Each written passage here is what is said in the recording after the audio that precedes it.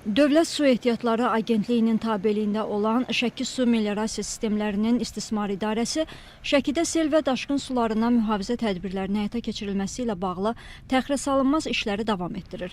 Yaşayış məntəqələrini və əkin sahələrini sel sularından qorumaq üçün çay məcralarında 90 min kubmetrə yaxın tənzimləmə işləri aparılıb. Yağıntılarla əlaqədar olaraq hazırda rayon ərazisindən axan dağ çaylarında sulluq artıb. Bu da əsasən Şin çayında təhlükəyə səbəb olub. İdarə tərəfindən Şin və digər çaylara ağır texnikalar cəlb olunmaqla sel təhlükəsinin qarşısının alınmasına çalışılır.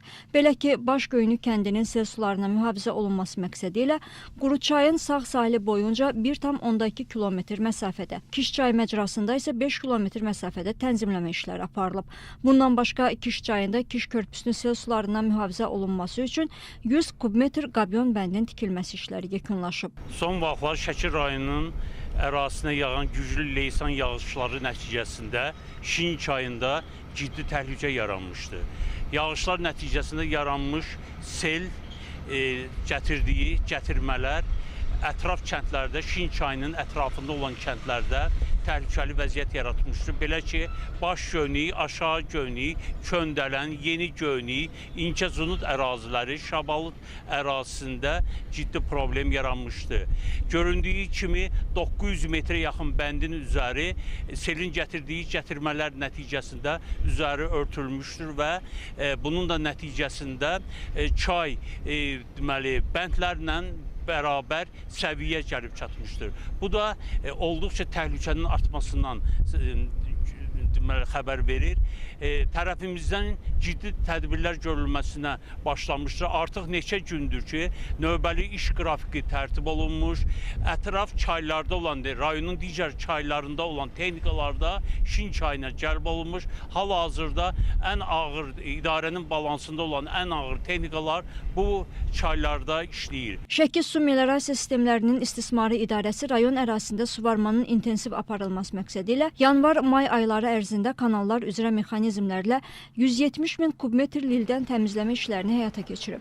Ümumi uzunluğu 17,5 kilometr olan Cəyirli Torpaq kanalının bütün hissəsi lildən təmizlənib.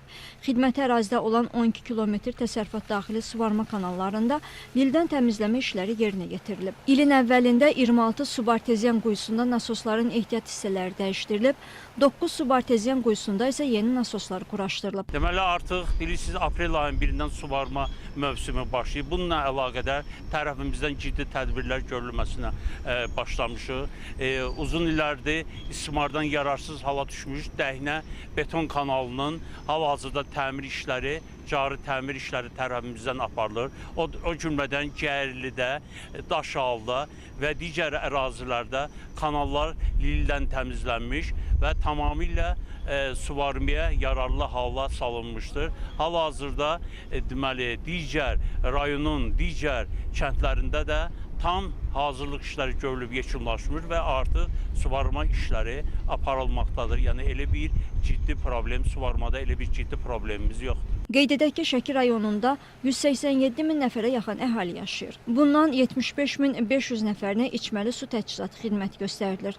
Rayon üzrə 68 kənddən 41-də qismən də olsa içməli su təchizatı xidməti həyata keçirilir. Yanvar-may ayları ərzində içməli su təchizatı sistemləri üzrə mənbədən 929.342 kubmetr su qəbul edilərək 703.817 kubmetr istehlakçılara verilib. Su təchizatı sistemlərində 198 ədəd iş əmri əsasında açılmış qəzalar aidiyyatı üzrə aradan qaldırılıb. Ümumilikdə idarə üzrə 17.172 abonentə xidmət göstərilir.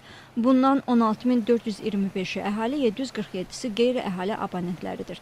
Şəki şəhərinin içməli su və kanalizasiya sistemlərinin yenidən qurulması layihəsi çərçivəsində tikinti quraşdırma işləri hazırda davam etdirilir.